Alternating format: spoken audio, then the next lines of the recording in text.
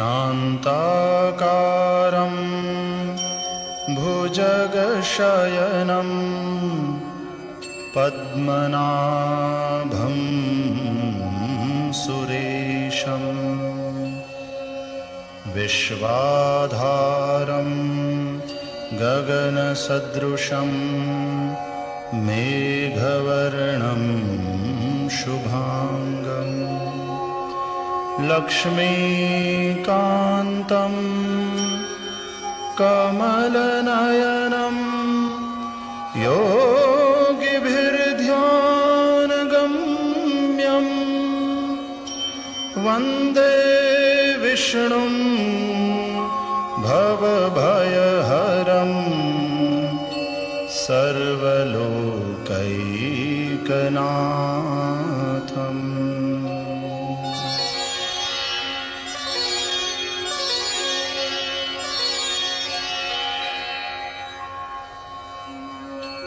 ॐ श्री परमात्मने नमः। अथ श्री विष्णु सहस्रनामस्तोत्रम् यस्य स्मरणमात्रेण जन्मसंसारबन्धनात् विमुच्यते। नमस्तस्मै विष्णवे प्रभविष्णवे। नमः समस्तभूतानां आदिभूताय भूभृते अनेकरूपरूपाय विष्णवे प्रभविष्णवे।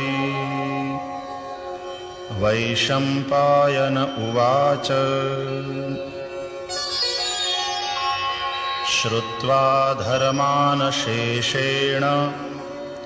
पावनानि च सर्वशः युधिष्ठिरः शान्तनवम् पुनरेवाभ्यभाषत। युधिष्ठिर उवाच किमेकं दैवतं लोके किं वाप्येकं परायणं स्तुवन्तः कं कमर्चन्तः प्राप्नुयुर्मानवाः शुभम्। को धर्मः सर्वधर्माणां भवतः परमो मतः किं जपन्मुच्यते जन्तुर्जन्मसंसारबन्धनात्। भीष्म उवाच जगत्प्रभुं देवदेवम् अनन्तं पुरुषोत्तमं स्तुवन्नाम सहस्रेण पुरुषः सततोत्थितः। तमेव चार्चयन् नित्यं भक्त्या पुरुषमव्ययं ध्यायन् स्तुवन् नमस्यंश्च यजमानस्तमेव च। अनादिनिधनं विष्णुं सर्वलोकमहेश्वरं लोकाध्यक्षं स्तुवन्नित्यं सर्वदुःखातिगो भवेत्। ब्रह्मण्यं सर्वधर्मज्ञं लोकानां कीर्तिवर्धनं लोकनाथं महद्भूतं सर्वभूतभवोद्भवम्।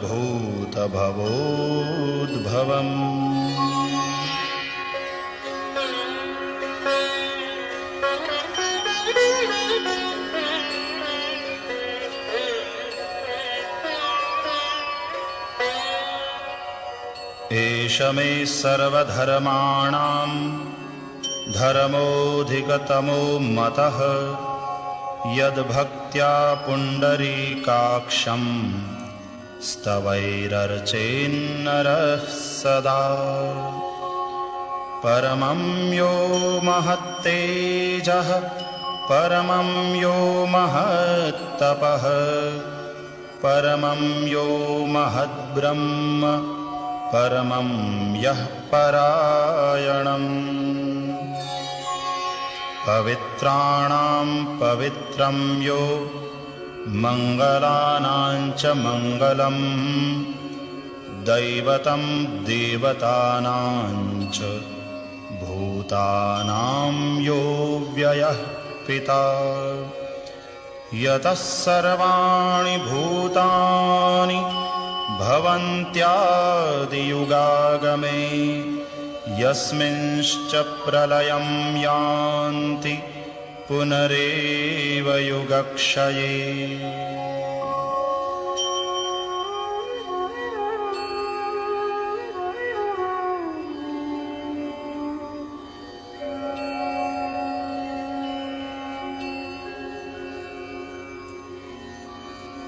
तस्य लोकप्रधानस्य जगन्नाथस्य भूपते विष्णोर्नाम सहस्रं मे शृणु पापभयापहम् यानि नामानि गौणानि विख्यातानि महात्मनः ऋषिभिः परिगीतानि तानि वक्ष्यामि भूतये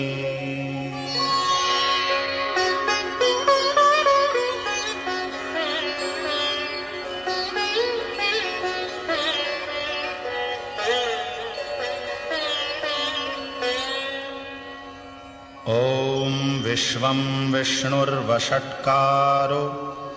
भूतभव्यभवत्प्रभुः भूतकृद्भूतभृद्भावो भूतात्मा भूतभावनः भूतात्मा परमात्मा च मुक्तानां परमा गतिः अव्ययः पुरुषः साक्षी क्षेत्रज्ञोऽक्षर एव च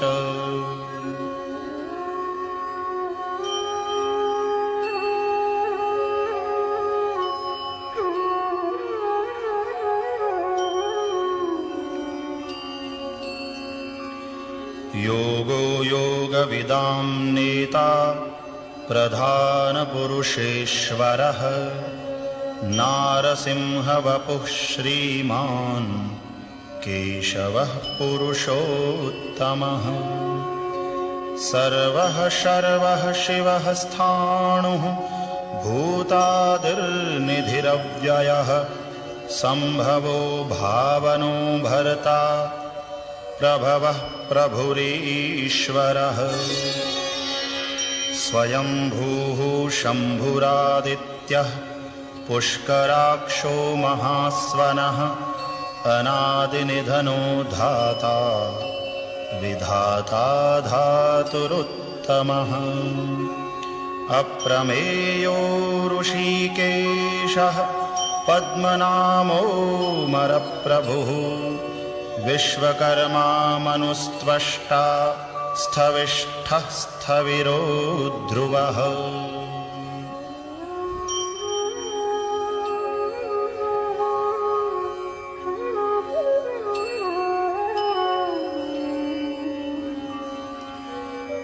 अग्राह्यः शाश्वतः कृष्णो लोहिताक्षः प्रतर्दनः प्रभूतस्त्रिककुब्धाम पवित्रं मङ्गलं परम् ईशानः प्राणदः प्राणो ज्येष्ठः श्रेष्ठः प्रजापतिः हिरण्यगर्भो भूगर्भो माधवो मधुसूदनः ईश्वरो विक्रमी धन्वी मेधावी विक्रमः क्रमः अनुत्तमो दुराधर्षः कृतज्ञः कृतिरात्मवान् सुरेशः शरणं शर्म विश्वरेताः प्रजाभवः अहः संवत्सरो व्यालः प्रत्ययः सर्वदर्शनः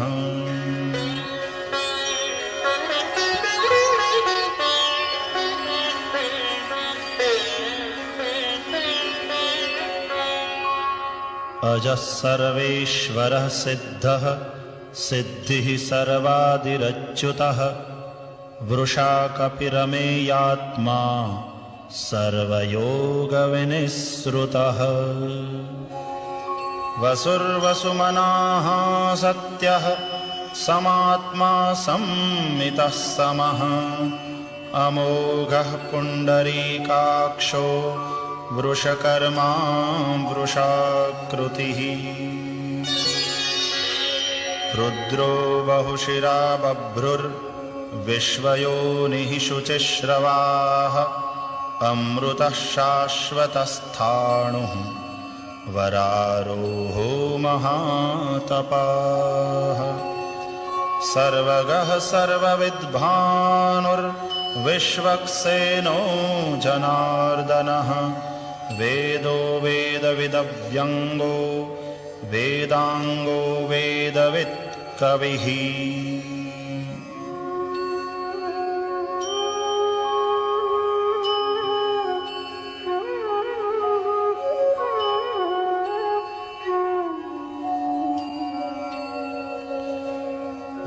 लोकाध्यक्षः सुराध्यक्षो धर्माध्यक्षः कृताकृतः चतुरात्मा चतुर्व्यूहः चतुर्द्रंष्ट्रश्चतुर्भुजः भ्राजिष्णुर्भोजनं भोक्ता सहिष्णुर्जगदादिजः अनघो विजयो जेता विश्वयोनिः पुनर्वसुः उपेन्द्रो वामनः प्रांशुः अमोघः शुचिरूर्जितः अतीन्द्रः संग्रहः सर्गो धृतात्मा नियमो यमः वेद्यो वैद्यः सदा योगी वीरः माधवो मधुः अतीन्द्रियो महामायो महोत्साहो महाबलः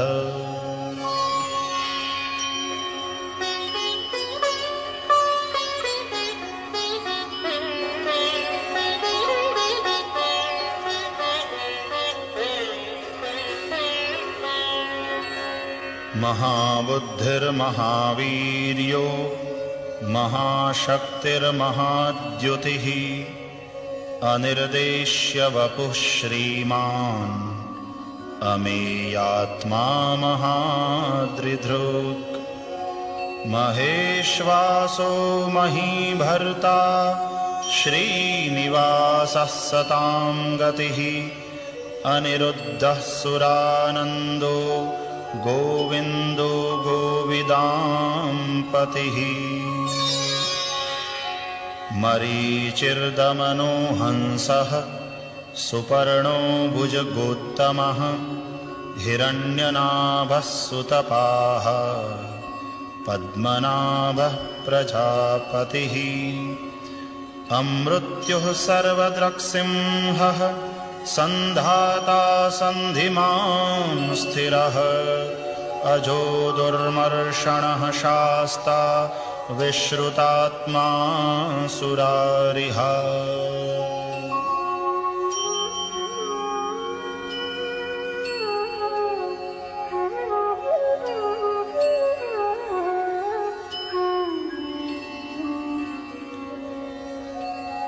गुरुर्गुरुतमो धाम सत्यः सत्यपराक्रमः निमिषो निमिषस्रग्वी वाचस्पतिरुदारधीः अग्रणीर्ग्रामणीः श्रीमान् न्यायो नेता समीरणः सहस्रमूर्धा विश्वात्मा सहस्राक्षः सहस्रपात् आवर्तनो निवृत्तात्मा संवृतः संप्रमर्दनः अहः संवर्तको वह्निः अनिलो धरणीधरः सुप्रसादः प्रसन्नात्मा विश्वधृग् विश्वभुग् विभुः सत्कर्ता सत्कृतः साधुर्जह्नुर्नारायणो नरः।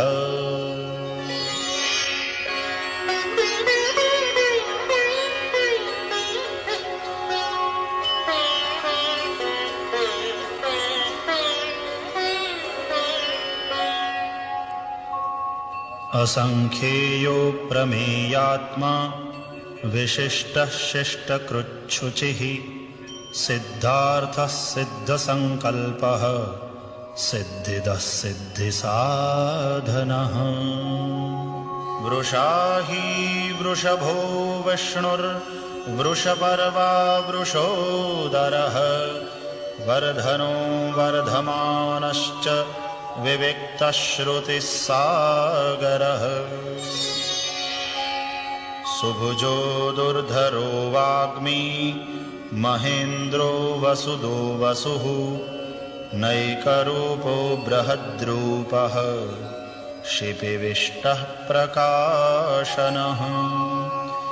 ओजस्तेजोद्युतिधरः प्रकाशात्मा प्रतापनः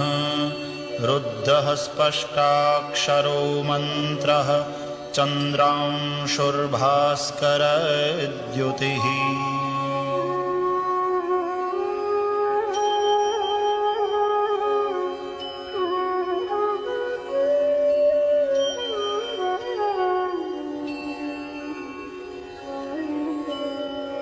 अमृतांशूद्भवो भानुः शशबिन्दुः सुरेश्वरः औषधं जगतः सेतुः सत्यधर्मपराक्रमः। भूतभव्यभवन्नाथः पवनः पावनो नलः कामः कामकृत्कान्तः कामः कामप्रदः प्रभुः। युगादिकृद्युगावर्तो नैकमायो महाशनः अदृश्यो व्यक्तरूपश्च सहस्रजिदनन्तजित्। इष्टो विशिष्टः शिष्टेष्टः शिखण्डी नहुषो वृषः क्रोधः क्रोधकृत्कर्ता विश्वबाहुर्महीधरः।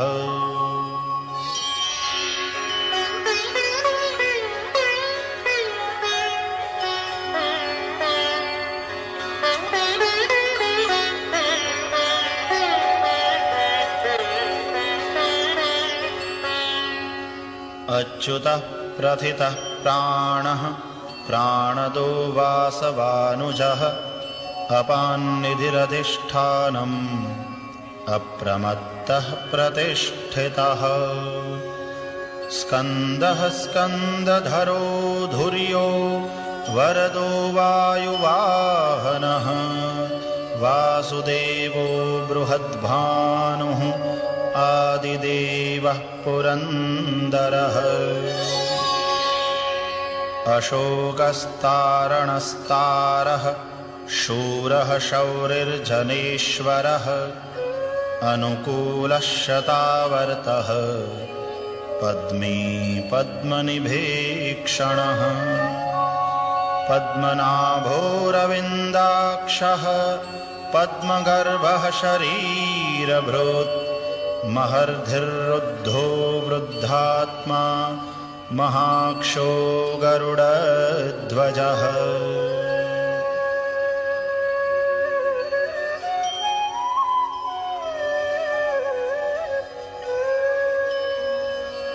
अतुलः शरभो भीमः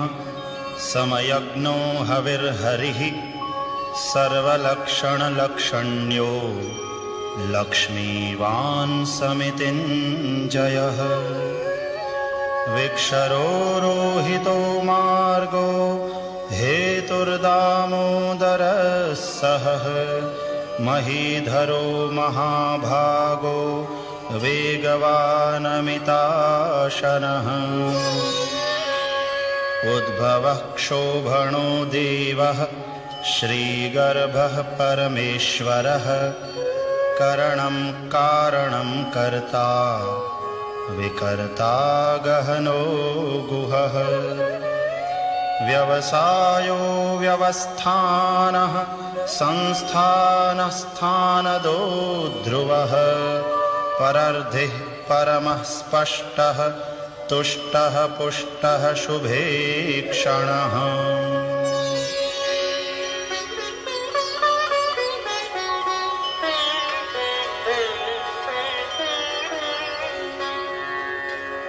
रामो विरामो विरजो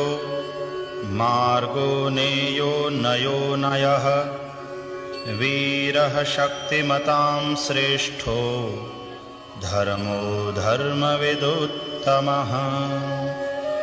वैकुण्ठः पुरुषः प्राणः प्राणदः प्रणवः पृथुः हिरण्यगर्भः शत्रुघ्नो व्याप्तो वायुरधोक्षजः ऋतुः सुदर्शनः कालः परमेष्ठी परिग्रहः उग्रः संवत्सरो दक्षो विश्रामो विश्वदक्षिणः विस्तारस्थावरस्थाणुः प्रमाणं बीजमव्ययम् अर्थोऽनर्थो महाकोशो महाभोगो महाधनः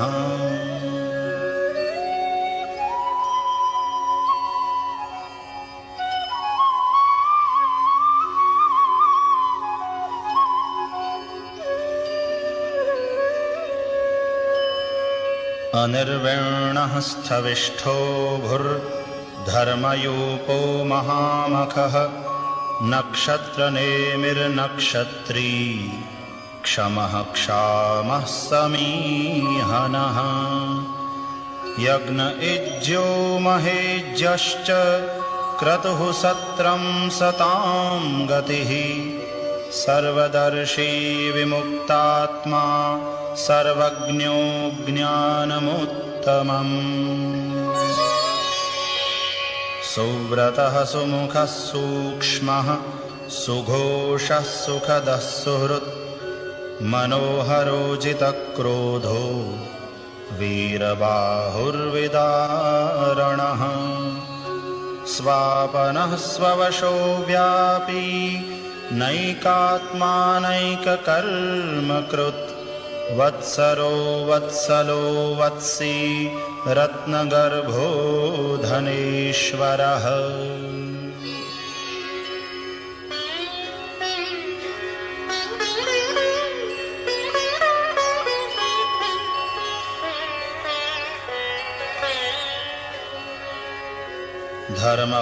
धर्मगुप्धर्मकृद्धर्मी सदसत्क्षरमक्षरम् अविज्ञाता सहस्रांशुः विधाता कृतलक्षणः गभस्तिनेमिः सत्त्वस्थः सिंहो भूतमहेश्वरः आदिदेवो महादेवो देवेशो देवभृद्गुरुः उत्तरो गोपतिर्गोप्ता ज्ञानगम्यः पुरातनः शरीरभूतभृद्भोक्ता कपीन्द्रो भूरिदक्षिणः सोमपोऽमृतपः सोमः पुरुजित्पुरुषोत्तमः विनयो जयः सत्यसन्धो दाशार्हः सात्वतां पतिः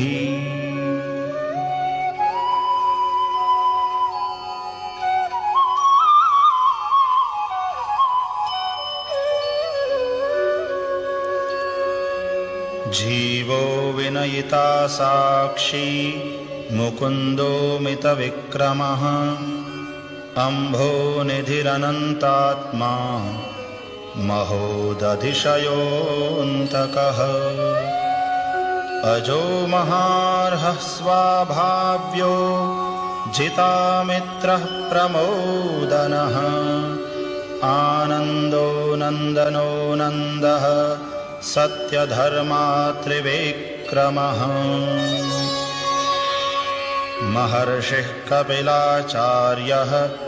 कृतज्ञो मेदिनीपतिः त्रिपदस्त्रिदशाध्यक्षो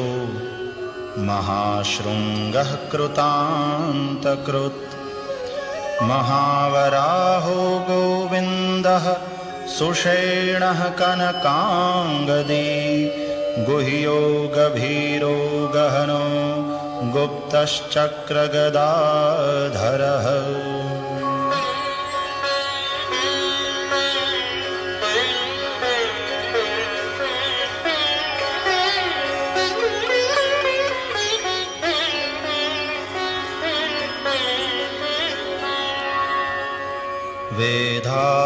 वेदास्वाङ्गोजितः कृष्णो दृढः सङ्कर्षणोच्युतः वरुणो वारुणो वृक्षः पुष्कराक्षो महामनाः भगवान् भगहानन्दी वनमाली हलायुधः आदित्यो ज्योतिरादित्यः सहिष्णुर्गतिसत्तमः सुधन्वा खण्डपरशुर्दारुणो द्रविणप्रदः दिवि स्पृक्सर्वदृग्व्यासो वाचस्पतिरयो निजः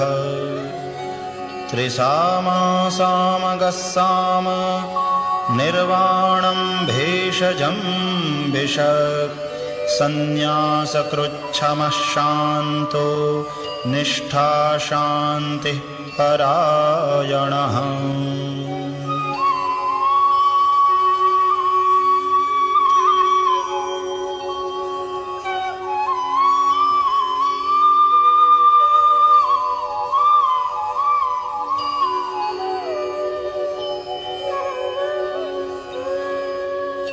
शुभांगः शान्तिदः स्रष्टा कुमुदः कुवलेशयः गोहितो गोपतिर्गोप्ता वृषभाक्षो वृषप्रियः अनिवर्ते निवृत्तात्मा संक्षेप्ताक्षेमकृच्छिवः श्रीवत्सवक्षाः श्रीवासः श्रीपतिः श्रीमताम्बरः श्रीदः श्रीशः श्रीनिवासः श्रीनिधिः श्रीविभावनः श्रीधरः श्रीकरः श्रेयः श्रीमान् लोकत्रयाश्रयः स्वक्षः स्वङ्गः शतानन्दो नन्दिर्ज्योतिर्गणेश्वरः विजितात्मा विधेयात्मा सत्कीर्तिश्छिन्न संशयः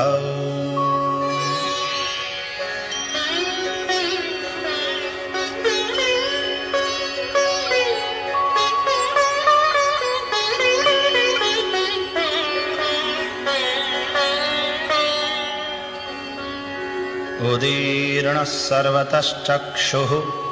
अनीशः शाश्वतस्थिरः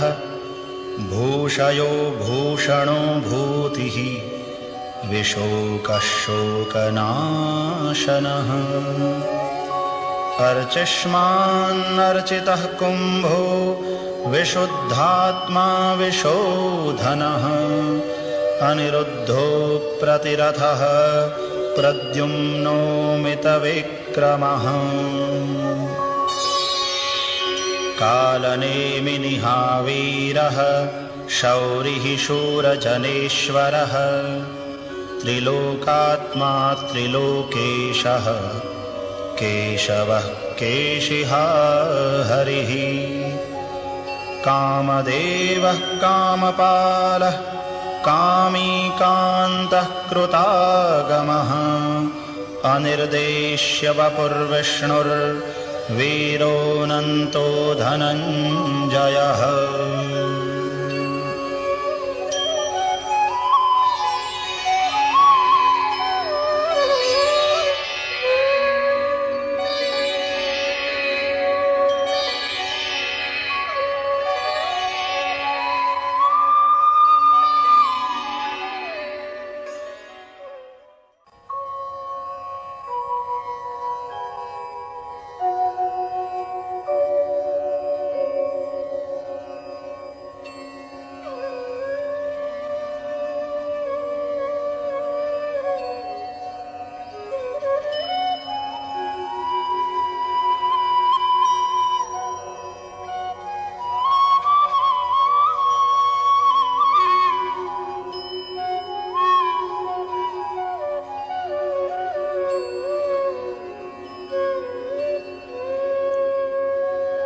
ब्रह्मण्यो ब्रह्मकृद्ब्रह्मा ब्रह्म ब्रह्मविवर्धनः ब्रह्मविद्ब्राह्मणो ब्रह्मी ब्रह्मज्ञो ब्राह्मणप्रियः महाक्रमो महाकर्मा महातेजा महोरगः महाक्रतुर्महायज्वा महायज्ञो महाहविः स्तव्यस्तवप्रियस्तोत्रम् स्तुतिस्तोतारणप्रियः पूर्णः पूरयिता पुण्यः पुण्यकीर्तिरनामयः मनोजवस्तीर्थकरो वसुरेता वसुप्रदः वसुप्रदो वासुदेवो वसुर्वसुमना हविः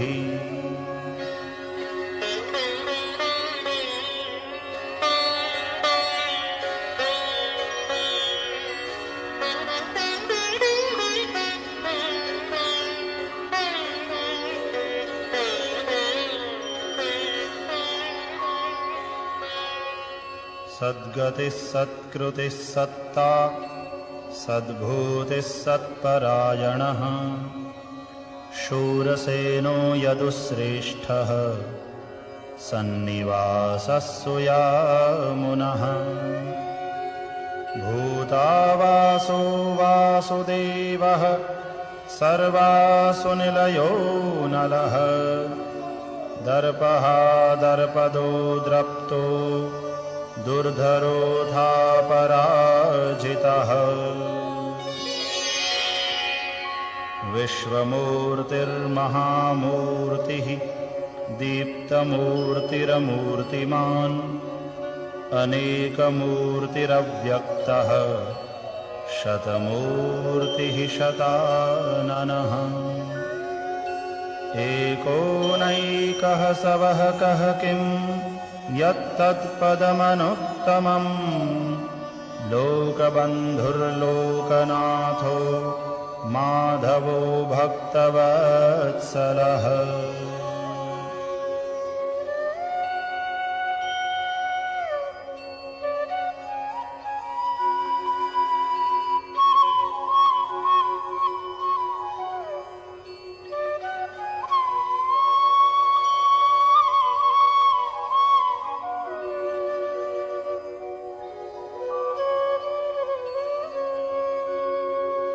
सुवर्णवर्णो हेमांगो वरांगश्चंदनांगदी वीरः विषमः शून्यो घृताशीरचलश्चलः अमानीमानदो मान्यो लोकस्वामी त्रिलोकधृक् सुमेधा मेधजो धन्यः सत्यमेधाधराधरः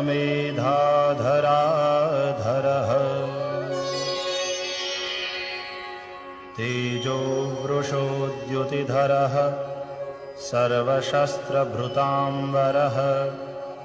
प्रग्रहो निग्रहो व्यग्रो नैकशृङ्गो गदाग्रजः चतुर्मूर्तिश्चतुर्बाहुः चतुर्व्यूहश्चतुर्गतिः चतुरात्मा चतुर्भावः चतुर्वेदविदेकपात्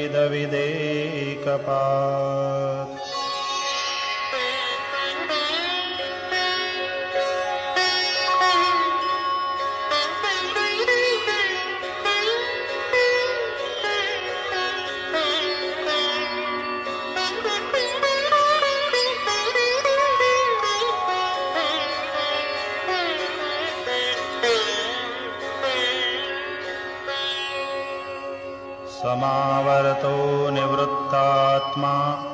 दुर्जयो दुरतिक्रमः दुर्लभो दुर्गमो दुर्गो दुरावासो दुरारिहा शुभांगो लोकसारंगः सुतन्तुस्तन्तुवर्धनः इन्द्रकर्मा महाकर्मा कृतकर्मा कृतागमः उद्भवः सुन्दरः सुन्दो रत्ननाभः सुलोचनः अर्को वाजसनः शृङ्गी जयन्तः सर्वविजयी सुवर्णबिन्दुरक्षोभ्यः सर्ववागीश्वरेश्वरः महाह्रदो महागर्तो महाभूतो महानिधिः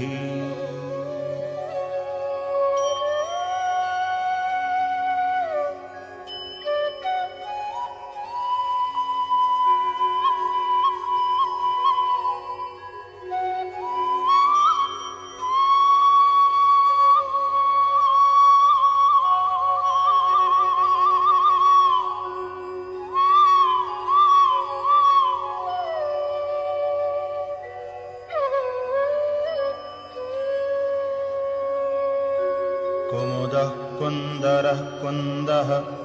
पर्जन्यः पावनो निलः अमृतांशोऽमृतवपुः सर्वज्ञः सर्वतोमुखः सुलभः सुव्रतः सिद्धः शत्रुजिच्छत्रुतापनः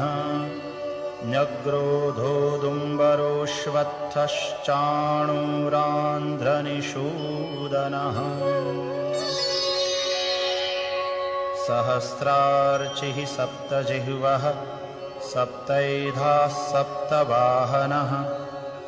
अमूर्तिरनघोचिन्त्यो भयकृद्भयनाशनः अणुर्बृहत्कृशः स्थूलो गुणभृन्निर्गुणो महान् अद्रुतस्वद्रुतस्वास्यः प्राग्वंशो वंशवर्धनः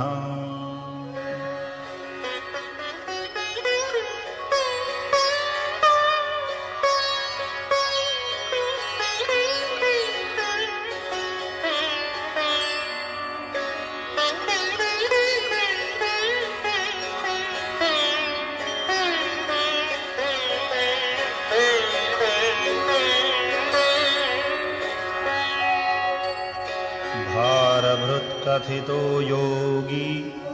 योगीशः सर्वकामदः आश्रमश्रमणक्षामः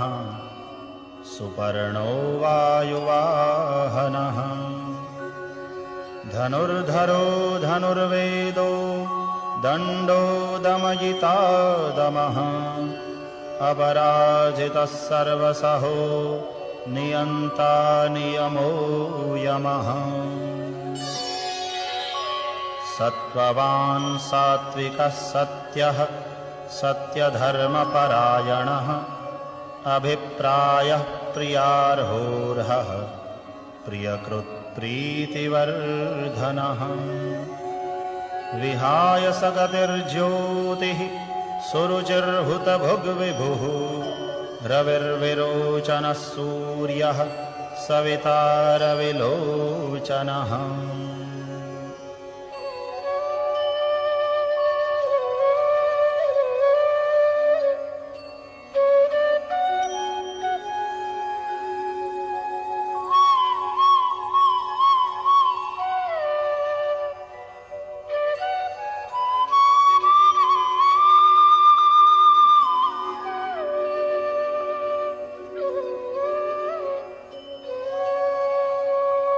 अनन्तो हुतभुग्भोक्ता सुखदो नैकजोऽग्रजः अनिर्विण्णः सदामर्षि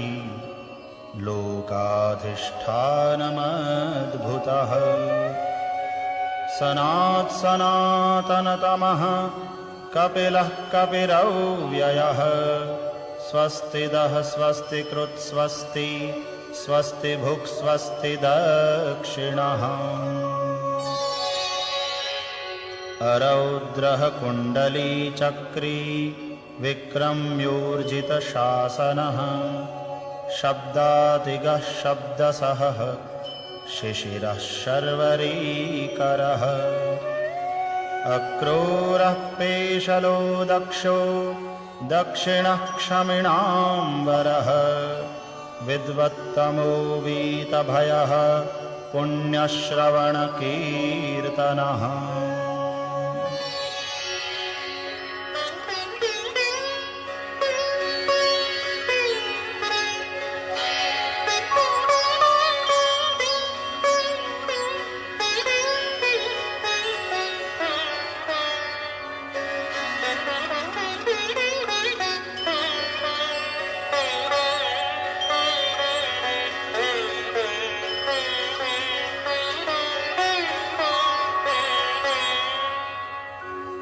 उत्तारणो दुष्कृतिः पुण्यो दुःस्वप्ननाशनः वीरः रक्षणः सन्तो जीवनः पर्यवस्थितः अनन्तरूपोऽनन्तश्रीः जितमन्युर्भयापहः चतुरस्रो गभीरात्मा विदिशो व्यादिशो दिशः अनादिर्भूर्भुवो लक्ष्मीः सुवीरो रुचिराङ्गदः जननो जनजन्मादिर्भीमो भीमपराक्रमः आधारनिलयो धाता पुष्पहासः प्रजागरः ऊर्ध्वगः सत्पथाचारः प्राणदः प्रणवः पणः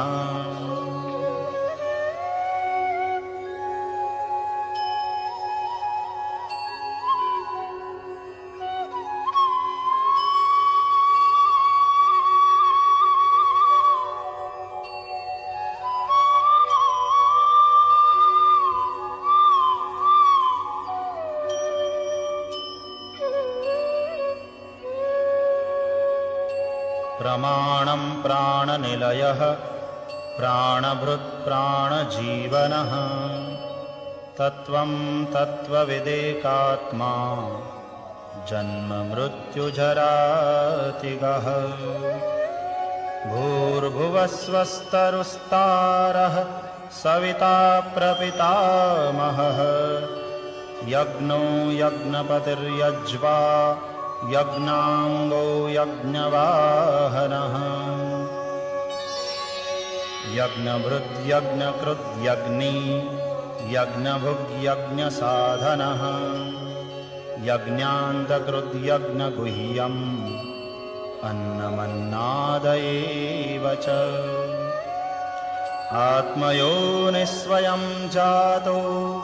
वैखानः सामगायनः देवकीनन्दनस्रष्टा क्षितीशः पापनाशनः शङ्खभृन्नन्दकी चक्री शार्ङ्गधन्वा गदाधरः रथाङ्गपाणिरक्षोभ्यः सर्वप्रहरणायुधः सर्वप्रहरणायुध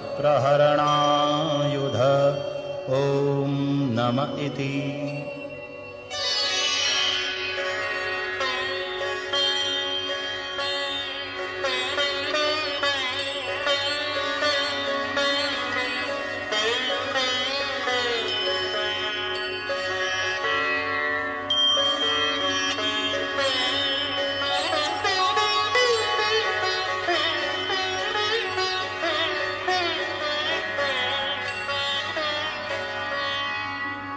इतीदं कीर्तनीयस्य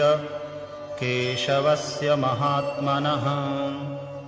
नाम्नां सहस्रं दिव्यानाम् अशेषेण प्रकीर्तितम् य इदं शृणुयान्नित्यं यश्चापि परिकीर्तयेत् नाशुभं प्राप्नुयात् किञ्चित् सोमुत्रेह च मानवः वेदान्तगो ब्राह्मणः स्यात् क्षत्रियो विजयी भवेत् वैश्यो धनसमृद्धः स्यात् शूद्रः सुखमवाप्नुयात् धर्मार्थी प्राप्नुयात् धर्मम् अर्थार्थी चार्थमाप्नुयात् कामानवाप्नुयात् कामी प्रजार्थी प्राप्नुयात् प्रजाम्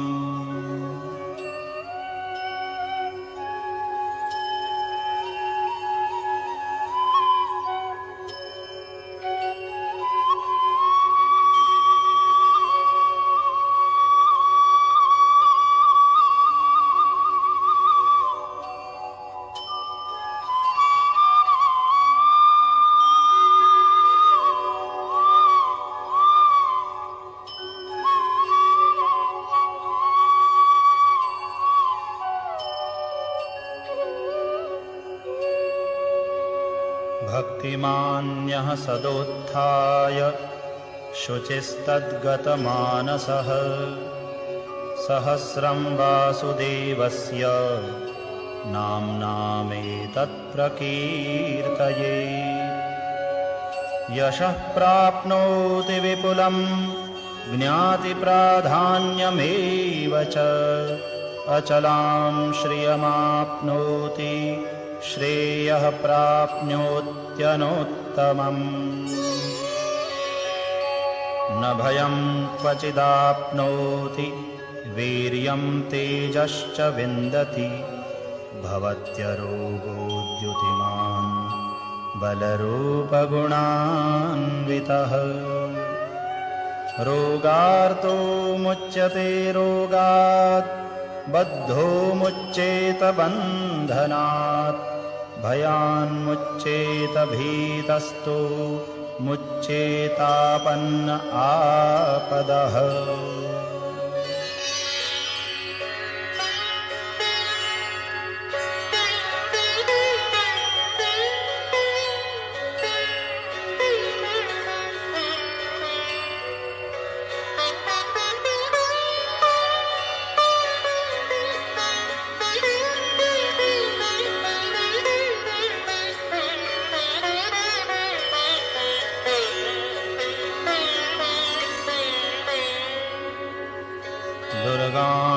दुर्गाण्यतितरत्याशु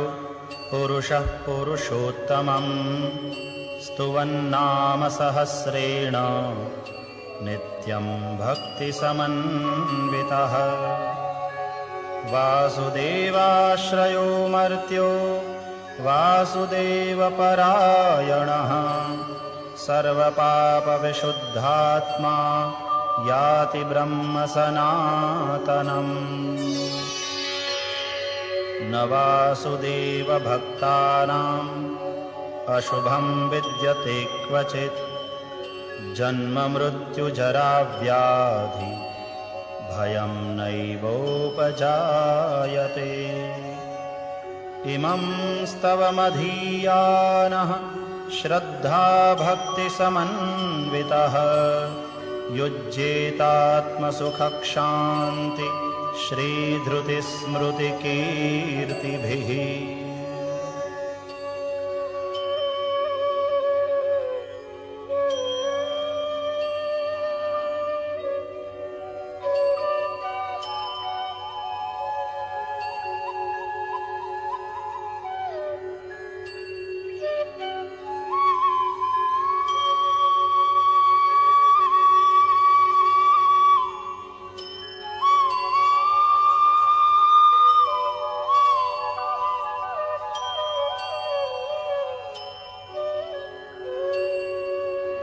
न क्रोधो न च मात्सर्यं न लोभो नाशुभा मतिः भवन्ति कृतपुण्यानां भक्तानां पुरुषोत्तमे द्यौः स चन्द्रार्कनक्षत्रा खं दिशो भुर्महोदधिः वासुदेवस्य वीर्येण विद्धृतानि महात्मनः ससुरासुरगन्धर्वं सयक्षोरगराक्षसं जगद्वशे वर्ततेदं कृष्णस्य सचराचरम् इन्द्रियाणि मनोबुद्धिः सत्त्वं तेजो बलं धृतिः वासुदेवात्मकान्याहुः क्षेत्रं क्षेत्रज्ञ एव च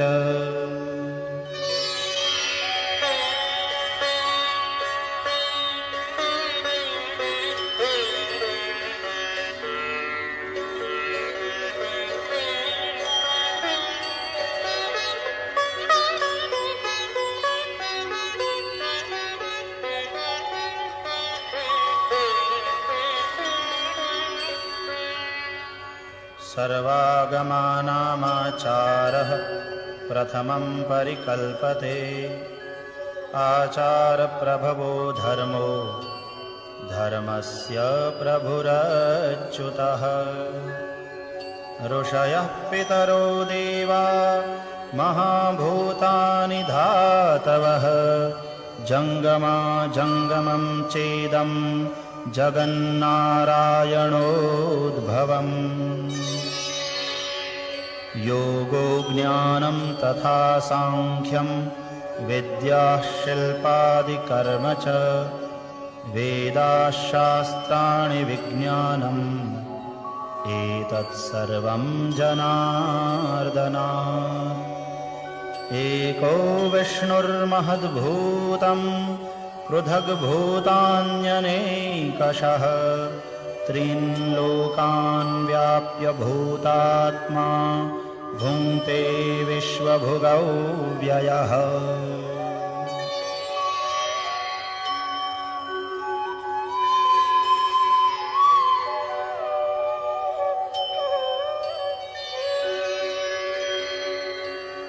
इमं स्तवं भगवतो विष्णोर्व्यासेन कीर्तितं पठेद्य इच्छेत् पुरुषः श्रेयः प्राप्तुं सुखानि च विश्वेश्वरमजं देवं जगतः प्रभवाप्ययं भजन्ति ये पुष्कराक्षं न ते यान्ति पराभवम्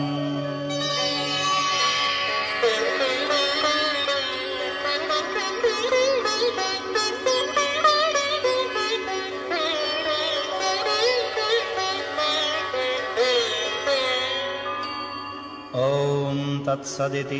श्रीमहाभारते शतसाहस्र्यां संहितायां वैयासिक्याम् आनुशासनिके पर्वणि भीष्मयुधिष्ठिरसंवादे श्रीविष्णोर्दिव्यसहस्रनामस्तोत्रम्